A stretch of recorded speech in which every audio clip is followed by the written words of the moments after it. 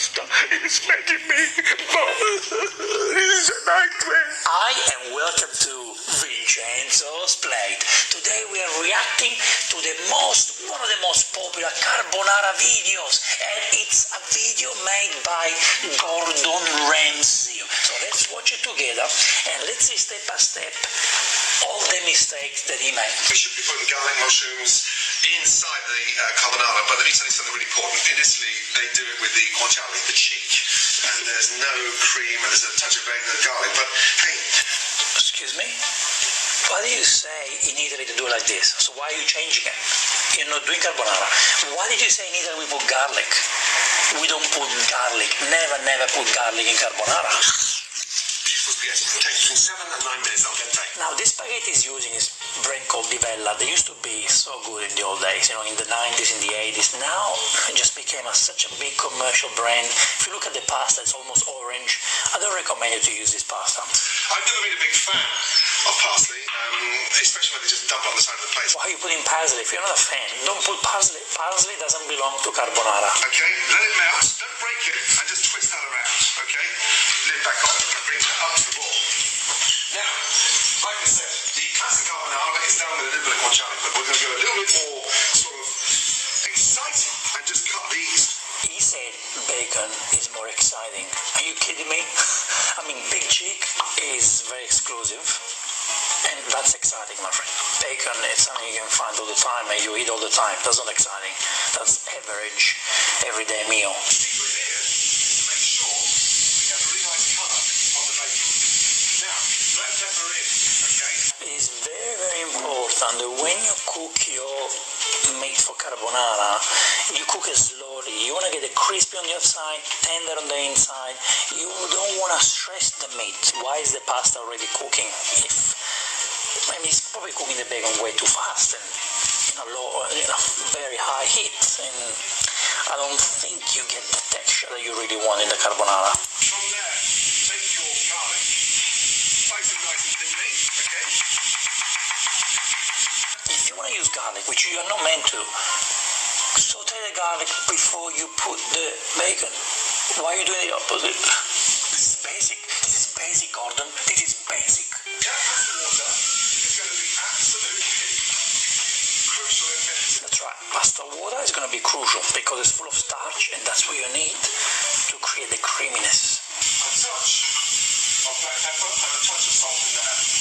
He puts so much salt in there. Just one beautiful red chili. They ask you how you are, you say that you're fine. You're not really fine. Beautiful red chili. We have a rainbow pasta. That's what he's doing. We got so many colors in this dish. There is nothing about carbonara. I don't think you should have put chili in it. Just Matilda, please, a touch of chili. Look at that there. It's a whole chili. Just call it Gordon Ramsay lockdown rainbow pasta.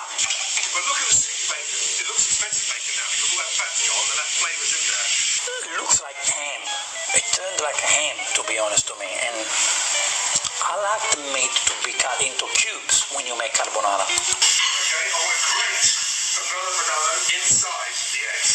Grana Padano, that's the cheapest cheese you can get. Pecorino is the right way, the right cheese to use for carbonara. But Grana Padano, guys, come on. Now, I said you use a little bit of milk. Milk? So now we're making a mac and cheese? What are you doing? And then look, a nice spoon of creme fraiche. Sorry, what's creme fraiche? Is that double cream? The creme fraiche is really important. I'm going to put a little touch of water in there, okay? Did you see what he did? I mean, that cream didn't look that bad. And then he added the water from the tap. Gordon, what are you doing? You got so much experience on TV. You can't tell me you got stressed. Now look at that colour. How beautiful is that? It's not beautiful, I'm sorry. It's not carbonara for me, so it's not beautiful. The mushrooms, they're not ready yet. So, sorry. I cook my mushrooms at least 15 minutes to give the flavors. Guess what next? Come on. This is England. Fresh peas. Peas. And it's still called this carbonara.